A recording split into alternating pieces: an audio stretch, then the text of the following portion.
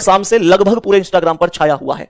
आप सभी प्यारे साथियों ने देखा होगा, आपके पास पहुंच गया होगा, जहां तक मैं उम्मीद करता हूं सभी के पास पहुंचा होगा, क्योंकि लगभग 3-4 मिलियन व्यूज इस पर टोटल आ चुके हैं। मतलब बच्चे खिलाड़ी आदमी होते हैं, इसमें कोई संदेह नहीं है, वो तुरंत तुलना कर देते हैं अपने हिसाब से। लेकिन मुझे इस पर थोड़ा सा बोलना है, आप थोड़ा सा ध्यान से मेरी बातें समझना और जवाब देना इस वजह से भी जरूरी है क्योंकि बहुत बच्चे अब परेशान है कि फिर सही क्या है।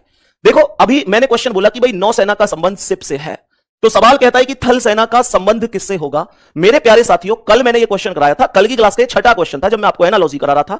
इस क्वेश्चन का करेक्ट आंसर मैंने टैंक बताया था, मैंने कल टैंक करेक्ट आंसर बताया था। तो मेरे प्यारे दोस्तों, इसका करेक्ट आंसर टैंक ही होगा, बिल्कुल भी संदेह नहीं है, बिल्कुल सही है, टैंक एकदम सही जवाब है। प्यारे दोस्तों, अब दूसरे मुद्दे पर चर्चा करता हूं। दूसरा मुद्दा यह है कि प्रीति मैम ने इसका आंसर गलती से सिपाही बता दिया, गलती से सिपाही बता दिया था, हालांकि सिपाही नहीं होगा। लेकिन मैं आप लोगों से एक चीज कहना चाहूंगा, मैं यहां पर अपने आप को बड़ा बनाने की कोशिश नहीं करूंगा। मैं आप लोगों से एक सवाल पूछना चाहूंगा, मेरे प्यारे दोस्त, ऐसा कौन टीचर है जिससे गलती नहीं हो सकती? प्रीति मैम वास्तव में बहुत अच्छा पढ़ाती हैं, मैं जहां तक समझता हूं। सब लोग आपस में एक दूसरे की वीडियो तो देखते ही हैं, हमारी भी सब देखते हैं, हम भी सबकी देखते हैं, लेकिन वास्तव में वो बहुत अच्छा पढ़ाती हैं। अपने चैनल पर बहुत, मतलब एक मुख्य अध्यापकों में उनकी गिनती होती है, तो बहुत अच्छी टीचर है, नो डाउट, बहुत अच्छा वो पढ़ाती हैं। और आप लोग किसी भी एक क्वेश्चन के हिसाब से ये जज मत कर लिया करो यार कि बिल्कुल ही बेकार हो गया कोई व्यक्ति, नहीं, नो डाउट वो बहुत अच्छी टीचर और बहुत अच्छा पढ़ाती है, और गलती किसी भी व्यक्ति से हो सकती है। तो मैं इतना ही कहूंगा कि बहुत ज्यादा मुद्दा खींचने से मतलब नहीं है, अपनी तैयारी पर ध्यान दो।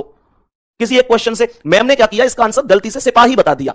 हालांकि सिपाही इस वजह से नहीं हो सकता था क्योंकि ऐसे तो नौसेना में भी सिपाही होता है, थल सेना में भी सिपाही होता है, सिपाही तो हर एक सेना में है ही, सिपाही इस वजह से नहीं होता।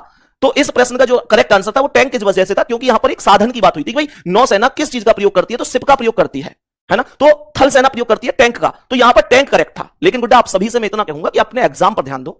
ये मैम ने आज मान के चलो मैम से क्वेश्चन गलत हो गया, हमारा सही हो गया, कल को ऐसा भी तो हो सकता है कि मुझसे कोई क्वेश्चन गलत हो जाए।